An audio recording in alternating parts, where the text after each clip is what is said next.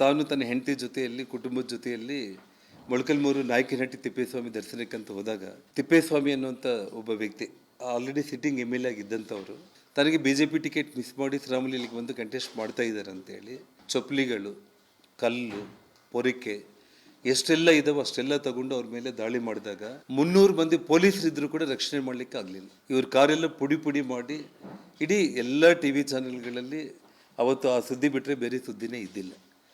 ಅದು ನೋಡಿದ ತಕ್ಷಣ ನನಗೆ ತಡ್ಕೊಳ್ಳೋಕೆ ಆಗಲಿಲ್ಲ. ಅಂದರೆ ಬಟ್ಟೆಗಳು ಲಗೇಜ್ ಎಲ್ಲ ನೀವು ತೊಗೊಂಡು ಬರ್ರಿ ಅಂತೇಳಿ ಹಾಗೆ ಹೋಗಿ ಕಾರಲ್ಲಿ ಕೂತ್ಕೊಂಡು ಮ್ಯಾಕ್ಸಿಮಮ್ ಒಂದು 3 ತಾಸಲ್ಲಿ ನಾನು ಹೋಗಿ ಅದೇ ಮೊಳಕಲ್ಮೂರಿಗೆ ನಾನು ರೀಚ್ ಆದೆ.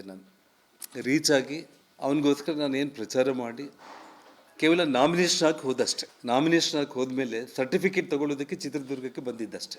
45,000 ಮತಗಳ ಅಂತರದಲ್ಲಿ ನಾನು ಗೆಲ್ಲಿಸಿದ್ದು ಮಾಡಿರುವಂಥ ಇನ್ನೊಂದು ದ್ರೋಹ ಶ್ರೀರಾಮುಲುಗೆ ನಾನು.